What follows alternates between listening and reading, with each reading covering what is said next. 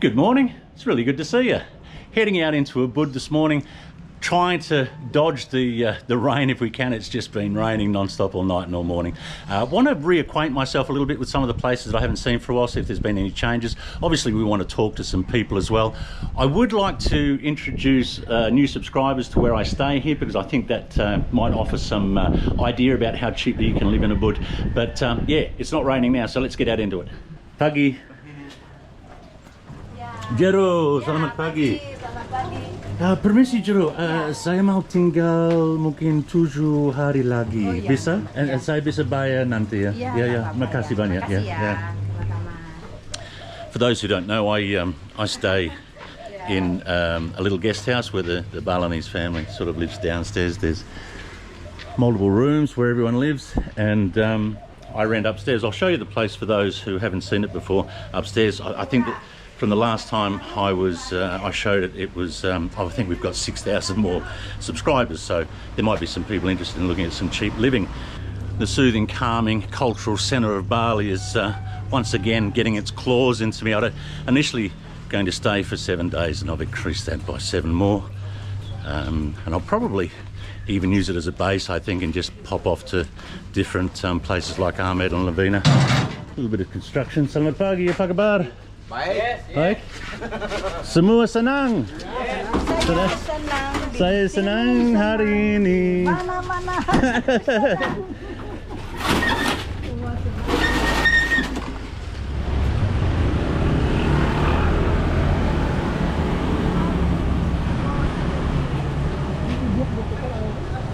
I think in the last video I mentioned a good indicator, or what I find is a good indicator of how authentic the area you're living in is the amount of people walking around in ceremonial dress or preparing for various religious ceremonies.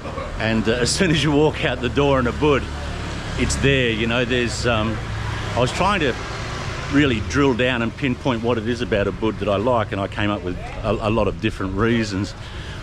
Obviously the spirituality of the place is hard to ignore. You know, there's a presence. It permeates through everything in Ubud, this Hinduistic, animistic kind of religious belief, and it's just so calming and peaceful. You know, like everywhere you go, it's just you know, visually it's really nice to look at. Fragrantly, it's just so soothing. That the incense and the different things that they burn is really nice. There's a lovely door as well. Can we go and have a look at the door? We've got some door lovers, so let's duck over and have a look at the door. But yeah, so I was trying to pin down on what I thought it was about. Oh, there's a ceremony in there. Well, we won't go in, we won't intrude in that, but I won't go into the door because it's things going on in there. But so I came to this sort of vague idea about what it is that I like about Ubud so much. So we have the underlying spirituality. We have also, one thing that I enjoy is the huge cross-section of art that goes on here, whether it be writing or painting, sculpting. It's everywhere. It's like its presence is felt wherever you walk. So I enjoy that. I also particularly enjoyed the type of traveller that it attracts. There's a type of, sure, you've got your holiday makers, your weekenders, the tourists, if I can use that term loosely. There's an example of what you constantly see around the streets. Like, that's just a random monster.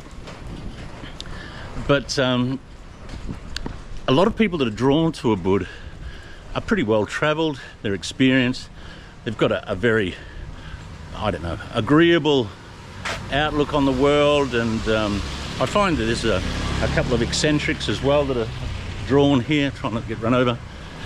And there's also, apart from the people, the influx of the wonderful characters that do come in travelling to Ubud. It's also the weather. It's just a little bit cooler. Down in the gangs of Kuta and Lagi, and gee, it got hot, it got so hot. Fortunately, there's a beach there though to offer some relief or respite, you know. But what I had initially planned to do was come to Ubud for a week and then take off north. But I'm seriously thinking now of just staying in Ubud, using it as my base, and then doing a week in Ahmed, come back, do a week in Lavina, and come back, because I just really feel that this is, yeah, I just feel so good here, so comfortable here, so nice here, and I don't want to leave it too often, you know. But I'm aimlessly walking around. Let's find something to do or someone to talk to. Permisi, maafkan saya, apa ini? Ini Yeah. adalah bunga untuk So sembahyang. bunga apa bunga? Yes, flower. Flower, okay. Oh, sort of flower, sort of ceremony, yeah? Yeah, ceremony. This is the name is Kwangen. Kwangen? Yes, Kwangen, made from this coconut leaf. Coconut leaf. Yeah. And you give it to in the temple for the gods, yeah? Yes, And it's, we pray for the God. you pray for the god with this, and you put the incense, burn the incense. What? Burning the stick. Yeah, burning the dupa. Dupa, Yeah. dupa, okay. And sometimes it's small, sometimes big, yeah? Yeah. Different type, Different time. different type. We use the small one if we pray, Ah. and the big one maybe if we get the ceremony and we get for what is the name? I forgot it. Sorry. Yeah, that's okay. So I it's, like that. We okay, for the Yeah. temple, the big Yeah. one for the temple, yeah. Yeah. What's your name? no farmer. No Fama. Yeah. My name's Wayne. But thank you so much, Thank you No so Fama. much. I You from? Australia. Australia. I always see people walking around with this, but I never ask what is in it. I never see what's in it. These are Yeah. very nice. And did you make these yourself, or Yes, my grandmother. your grandmother? Yeah. Ah. Also my grandmother. Di mana rumah? Oh, di sini. Yeah. So hari ini upacara apa? Upacara banyu pinar. Banyu pira. Iya. Biasanya orang-orang itu menyucikan diri. Oh, maaf. It's for Maybe it's for like melukat. There's we get the water. yeah, From like holy that. temple maybe. Ah, okay. Yeah. Yeah. Okay. My friend, thank you so much. I really Thank you appreciate so much. it. Yeah. Have a good night. You too, eh? You have a Yeah. good day. Have a good day, eh? It's just so nice. You know, this is again just to reiterate. You know what I like so much about Ubud is that everyone's just so calm and friendly, and we've got time, and they're pleasant, they're welcoming. There's a distinct difference, and please excuse me, I'm going to make this call. I feel, for me personally, there's a distinct difference with people who live in Ubud and other parts in Bali. That's not to say that other people who live in other parts of Bali are less likeable or anything like that. There's just a difference, I find. But anyway. One of my favourite little eateries in central Ubud itself is a place, a little warung that does nasi padang food. It's about 150 metres down Jalan Hanuman off Jalan Raya, the main street. And although the food itself isn't particularly exceptional, there's the green sauce that there are variations of depending on which nasi padang warung you go to. And this particular chili sauce, green chili sauce, just sort of, I don't know, works for me. It's your typical kind of cabinet food, you know. You have your chickens and your eggs and your tempehs and variations of fish at the end. I generally have rice, an egg, some chicken, whatever the sayur or the vegetable is, green leafy vegetable, draped in a bit of curry sauce with a big dollop of sambal, or I call it sambal, it's actually a green chili sauce. Hi, how are you? I'm fine. Makan sini, saya? Ya. Nasi, maaf, saya tahu kamu Hari Santi. ya, Hari Santi. Ya. Mungkin 2 bulan sebelum, Ya, ya? ya. Oh, okay. Maaf.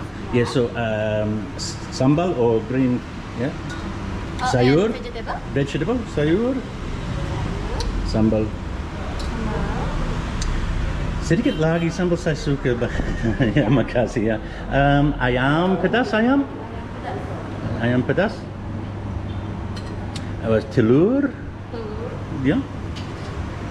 Makasih. And sauce, yeah, it's a curry sauce.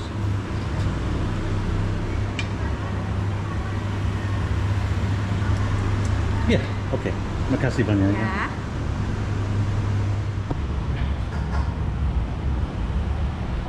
Now, some people might look at that and think it's rather unappealing, but I can assure you, although it's pretty basic, this green, spicy chili peppery sauce that nasi padang warungs or nasi padang food put into the mix is just like, here it's really hot, which suits me, but it's yes, just adds so much flavour and texture to the meal, you know.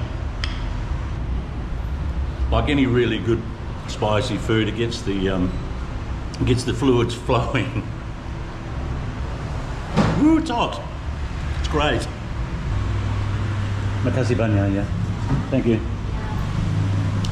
So yeah, if you're looking for something that's central, if you're looking for some nasi padang food that's central, 150 metres down off Jalan Raya, there's a really good nasi padang warung called Sanak Masakan Padang. For those who may not know, about 8 months ago to a year ago, the Central Art Market that had just recently been built, a brand new facility that had taken a lot of money and a lot of time to construct on the corner of Monkey Forest Road and Jalan Raya, it burnt down. It destroyed everything within all the kiosks, all the shops, all the stores, everything. And the last time I came through, it was just a burnt out shell. But what I noticed this time is, I don't know whether you can see it up there, it's been painted and there's fittings, shop fittings going in, and the lights are on. So that's really good news, that the top floor seems to be now heading towards being, well, from here at least, it looks like it's almost ready to go with the shop fittings going in. The bottom, however, the bottom of the art market still looks to be in a disrepair. It's yeah, it's still blackened and you've got electrical wiring laying down. It's a mess, but there's no doubt the top floor is underway. So that's really good news for the stall owners to reclaim their space and get back to making a living. It's been a wet morning. It's been quite difficult to get some footage. We were lucky we got a small window there to get a bit today, but yeah, I'm not sure what we're going to do after this. Woo! I'm wet. A person working in this shop saw me cowering under the awning out the front, and he said, "Please sir, don't worry, you don't have to buy anything, come in out of the rain." Saw my GoPro, went in and got some tissues and brought it out to me. He said, "Sir, please clean your camera," you know. It's nice, isn't it? The rain's just about beat me for today, but what I will do for the new subscribers is I'll just give a quick recap on where I stay here, because it may be of some interest to some people who like to have affordable living while they're travelling. So I'll give you a quick tour of the place. So I've had a relationship with this Balinese family for quite some time now, and they live on the ground floor, as I think I mentioned the other day, and there is a series of rooms, or a couple of floors of rooms above their sort of area. And this is Jero. Yeah. She's such a lovely lady, always helping me and being kind to me and being nice to me. Apa kabar, Jero? Ya, baik. Baik. Sudah dapat ya? Ya. Kamarnya extend dapat. Ah, bisa? Iya, dapat. Oh. Sampai tanggal 20 check out ya. 20? Ya. Ya, mungkin 1-2 minggu lagi. Ya, nggak Oke, ya, apa-apa. makasih ya. Ya, udah tutup ya. Ya. Dari tutup kamarnya. Ya, bayar mungkin 3 hari lagi ya. Ngomong-ngomong. Oh. Bayar. Oh iya. Ya. Nggak apa-apa. Terima kasih. Ya, nggak apa-apa. I'm always extending my stay. I have been here for months on end at times, and I'm just not entirely sure right now how long I'm going to be here, so I'm just taking it for 2 weeks. And the good thing about it is, this is the second floor with a few rooms on it. The good thing about it is that we've had such a long relationship now that they make the room available to me whenever I'm coming, as long as I give them sort of a week's notice, and I can have it for as long as I like. I ran my own internet into it, and it's a lovely little place, a lovely little studio apartment with the rooftop views. There's the pond. Yeah, it's a great place to sit in the afternoon. I'll just open up and give you the quick tour. So yeah, those new to the channel, I generally stay in the same place every time. I pay $300 Australian a month for this little studio, which sits atop a little guest house that the Balinese family own. It's really quite a simple sort of little room. Little mirror and chair. I put this water that cost me $2.50. That lasts me about a week. I'll put that on there. I pushed the two beds together to give me a large one. There's a little cupboard there for my one other long sleeve shirt and a couple of t-shirts. I keep a little coffee station and snacks, bananas, and maybe some rice or whatever. The bathroom is very, very clean. Excuse my socks on the floor because they're not clean. Hot water, excellent, really good pressure. Toilet, everything's fine. The most underrated utensil or most underrated accessory to a bathroom being that gun there. Little mirror. I ran the Wi-Fi in up here myself. They did have Wi-Fi, but it wasn't quite fast enough, so I contributed $50 for that, and that gives me 100 down and 100 up, 100 megabytes down and 100 megabytes up. I am considering taking this long term and just keeping it for myself as a base at the moment. So what I might consider doing is putting a little stovetop kitchen there to make my breakfast, just to get up and have some eggs. And I also might place an air conditioner in there. Just sort of deciding what I want to do. I had intended to sort of just travel a fair bit, but I like the idea, I think, of having a base here and making this particular studio my base, and just going out and back from here. So yeah, $300 a month includes everything: hot water, electricity, fast Wi-Fi, wonderful view. Got some koi there, some fish, and yeah, it's a great little bachelor pad for me anyway. Yeah, so that's about it for this one. As always, thanks very much for coming along. I really appreciate it. As always, I hope you're well and happy in life and doing the things you want to do. All right, we'll see you on the next one. Bye.